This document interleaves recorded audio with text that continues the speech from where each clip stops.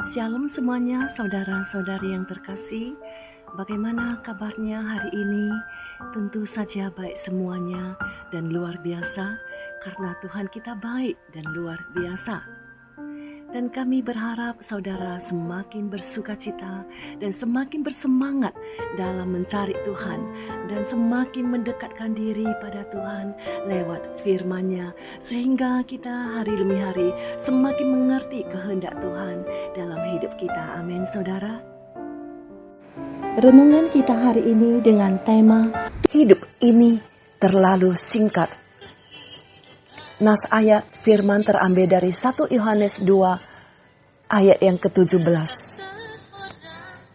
Dan dunia ini sedang lenyap dengan keinginannya, tetapi orang yang melakukan kehendak Allah tetap hidup selama-lamanya. Saudara, banyak orang hidupnya selalu mengejar perkara dunia ini, baik itu uang, kedudukan, penghidupan yang lebih layak dan lain sebagainya. Mereka terus mengejar dunia ini, seakan-akan mereka akan selamanya tinggal di dunia ini. Mereka lupa bahwa segala yang ada di dunia ini satu saat akan lenyap. Seperti firman ini berkata, tetapi orang yang melakukan kehendak Allah tetap hidup untuk selama-lamanya. Seperti 1 Yohanes 2 ayat yang ke-17 ini berkata, dan dunia ini sedang lenyap. Dunia ini sedang lenyap. Yang tinggal tetap adalah orang yang melakukan kehendak Allah. Mereka lah yang akan hidup selama-lamanya. Hidup di mana? Hidup di dalam kekekalan. Itu berarti artinya satu saat kita akan meninggalkan dunia ini dan pergi kepada kekekalan. Namun sayang sekali, kenyamanan dunia ini membuat manusia lupa bahwa suatu hari dia akan tinggalkan dunia ini. Ada satu kisah di satu kota di luar negeri, ada satu gereja. Dan gereja itu loncengnya keras sekali. Lalu ada satu anak yang tinggal dekat gereja itu. Anak ini selalu perhatikan, kalau ada orang meninggal, maka lonceng gereja ini akan dibunyikan sesuai dengan umur orang yang mati itu. Anak ini umurnya masih 8 tahun. Lalu satu hari dia mendengar lonceng berbunyi. Teng, 1, dia mulai hitung. Teng, teng, 3, teng, 4, teng, 10, teng, 30, teng, teng, teng, 70, teng, dia hitung lagi, 75, teng, 78, teng, 79, teng, 80. Baru berhenti lonceng itu. Berarti umur orang yang mati ini adalah 80 tahun. Lalu anak ini pulang ke rumah, dia ceritakan ke mamanya, Mah, tadi bunyi lonceng 80 kali. Berarti yang meninggal itu usianya 80 tahun. Beberapa hari lagi, lonceng di gereja ini berbunyi lagi. Teng, anak ini menghitung lagi. Teng, anak ini hitung lagi. Teng, 60 kali. Ceritakan ke mamanya, Ma, hari ini loncengnya berbunyi 60 kali. Berarti yang meninggal itu 60 tahun. Wow, kalau begitu, Ma, umurku kan baru 8 tahun. Aku masih lama lagi lonceng. Yang mati hari ini 60 tahun. Yang kemarin 80 tahun. Yang kemarin lagi 70 tahun. Wow, Ma, umurku baru 8 tahun. Masih lama, kata anak ini kepada mamanya. Tetapi beberapa hari lagi, lonceng gereja ini berbunyi. Teng, anak ini mulai menghitung lagi. Teng, 2, teng, 3, teng, 4, teng, 5, teng, 6, teng, 7, teng, 8. Anak ini menunggu lagi. Loh, kok berhenti? Dia menunggu lagi. Kok belum dibunyikan? Itu kan baru 8. Dia masih menunggu. Dia menunggu. Wah, ini mungkin masih ada sambungan dari loncengnya. Dia tunggu lagi. Mana sambungannya? Dia tunggu lagi. Dia tunggu dan tunggu, tetapi sayang sekali, lonceng itu tidak berbunyi lagi. Maka cepat-cepat dia lari kepada mamanya, Ma, hari ini lonceng gereja berbunyi. Hanya 8 kali saja. Itu berarti aku juga bisa mati hari ini. Saudara yang terkasih, setiap kita memang punya waktu. Kita memang masih hidup. Masih ada waktu yang diberikan Tuhan. Tetapi ingat, setiap waktu kita bisa finish. Dan kita tidak tahu kapan jam kehidupan kita akan berhenti berdetak. Kita tidak tahu kapan jam kehidupan kita stop berbunyi, stop mengeluarkan suara, berhenti berbunyi seperti lonceng gereja ini. Ditunggu-tunggu tidak lagi berbunyi. Sebab kehidupan itu sudah final, sudah finish. Mungkin bisa hari ini, mungkin bisa esok, lusa. Tak seorang pun yang tahu. Yang harus kita tahu adalah kita harus selalu siap sedia untuk kekekalan itu. Saudara yang terkasih, memang kita semua masih punya waktu saat ini. Tetapi ingat, setiap waktu kita bisa finish. Dan kita tidak tahu kapan jam kehidupan kita akan berhenti berdetak. Kita tidak tahu kapan jam kehidupan kita akan stop berbunyi, stop mengeluarkan suara. Seperti lonceng gereja ini berhenti, sekalipun ditunggu-tunggu, tidak pernah lagi berbunyi. Kapan jam kehidupan kita akan berhenti berbunyi? Kapan detak kehidupan kita akan berhenti? Kapan jam kehidupan kita akan berhenti berdetak? Tidak seorang pun yang tahu. Mungkin bisa hari ini, mungkin bisa esok, lusa. Tak seorang pun yang tahu.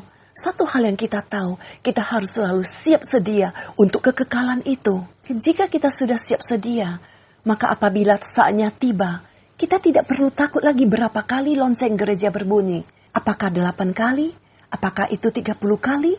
Apakah itu 40 kali? Atau 50 kali? Atau 70 kali? Tidak menjadi masalah jika kita sudah siap sedia.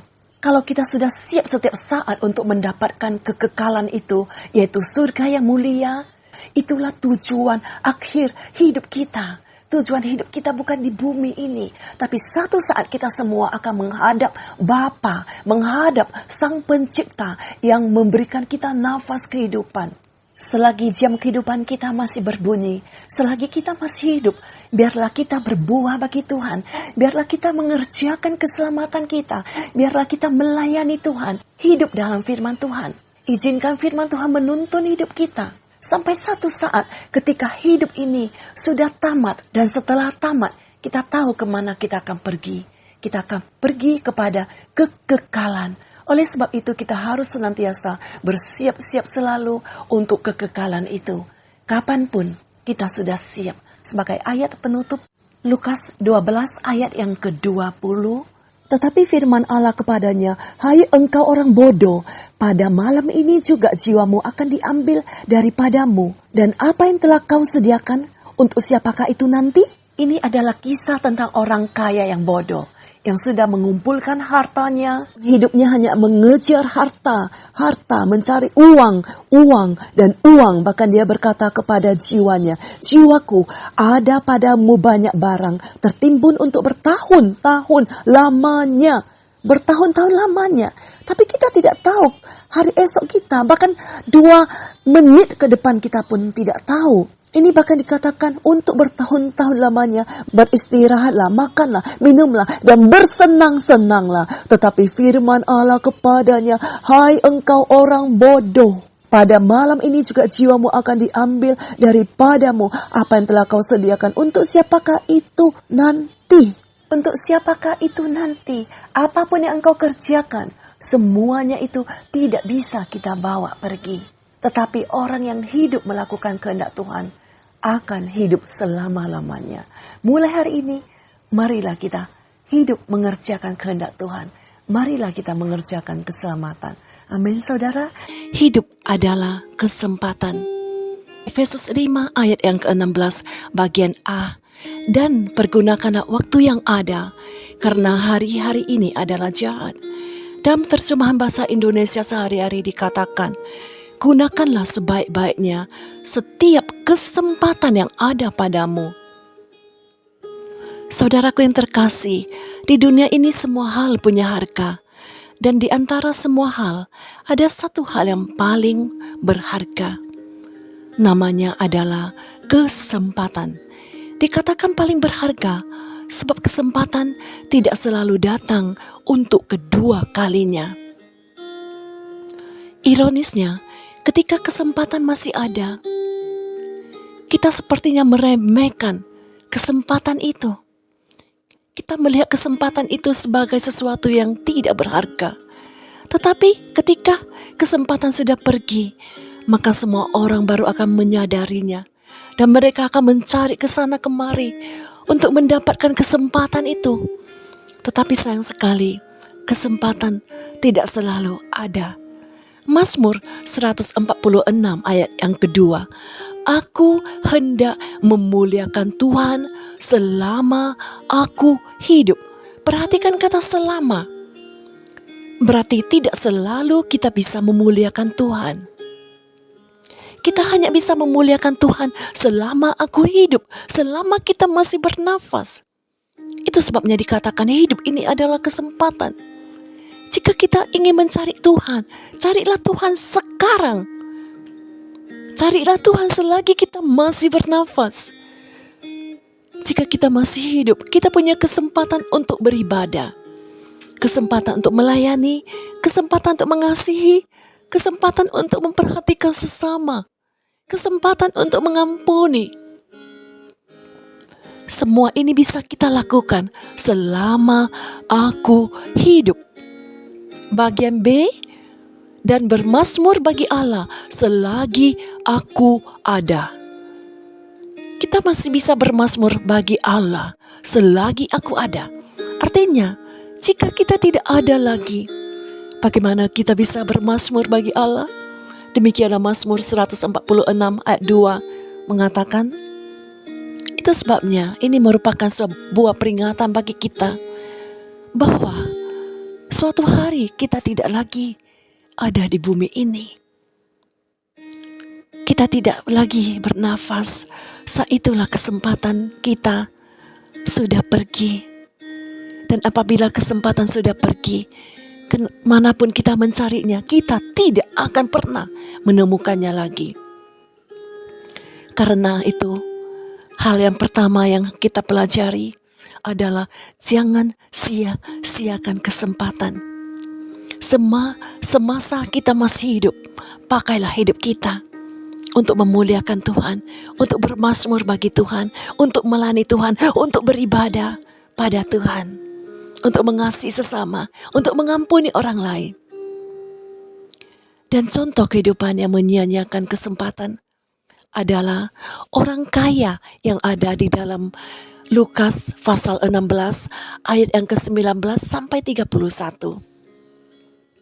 Orang kaya ini menyia-nyiakan hidupnya yang merupakan sebuah kesempatan untuk memperhatikan sesama, untuk mencari Tuhan. Dan ketika dia sudah meninggalkan dunia ini, ketika dia sudah tidak bernafas, berarti kesempatan itu tidak ada. Dan saat itu dia ada di alam maut dan dia begitu menyesalinya. Tetapi penyesalan itu sudah terlambat. Sudah tidak ada lagi kesempatan kalau kita membaca kisah itu di dalam Lukas 16. Contoh kehidupan yang kedua yang menyia-nyiakan kesempatan adalah Yudas Iskariot.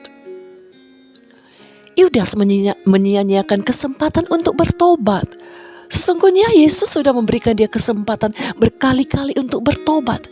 Bahkan dalam Yohanes 13 ayat 21 sampai 27, Yesus memperingatkan bahwasanya ada satu di antara murid akan mengkhianati dia.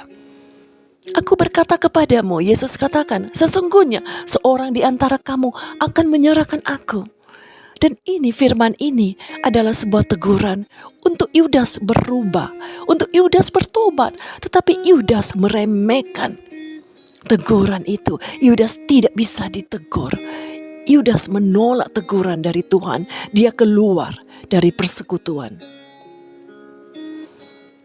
Dan akhirnya kita melihat bagaimana dengan kehidupan Yudas Iskariot.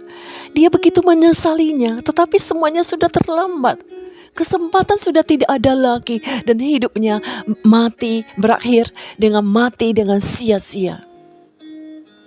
Itu sebabnya saudaraku yang terkasih, firman hari ini mendorong kita. Yang pertama, pakailah hidup kita ini sebagai kesempatan yang kita manfaatkan dengan sebaik mungkin untuk mengiring Tuhan. Yang kedua, lagi kita mendapat kesempatan untuk ditegur Tuhan lewat firman-Nya, kita terima itu dengan kerendahan hati, sebab sesungguhnya Tuhan menegur orang yang dikasihinya. Tuhan ingin kita berubah, dan di saat kita berubah, maka Tuhan akan mengangkat hidup kita kembali.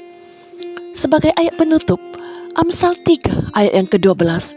Karena Tuhan memberi ajaran kepada yang dikasihinya, seperti seorang ayah kepada anak yang disayanginya. Terjemahan ayat yang terbuka. Sebab Tuhan menegur orang yang Dia kasihi, sama seperti seorang ayah terhadap anak yang dikasihinya.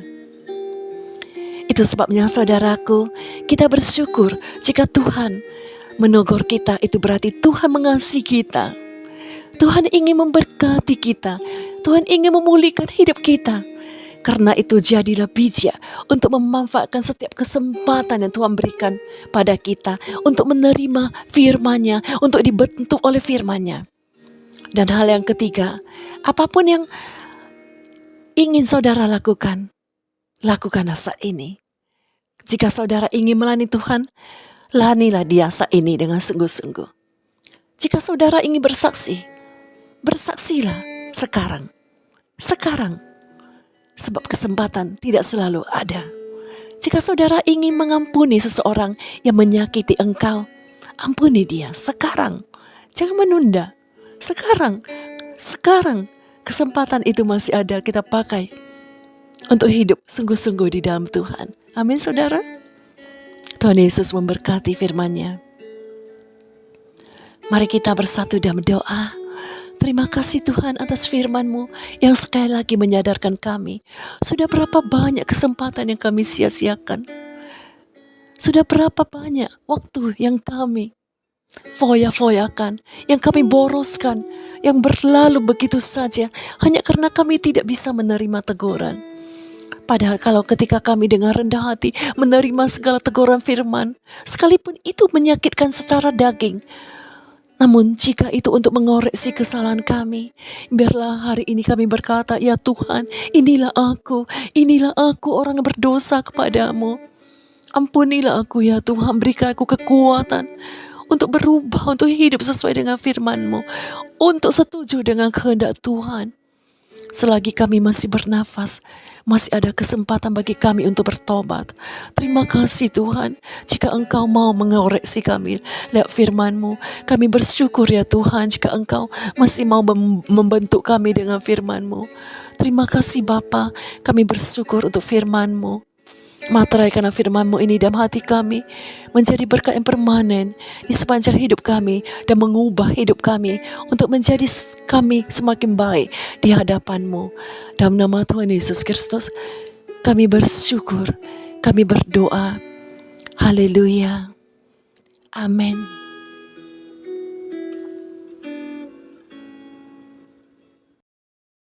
Tuhan Yesus memberkati.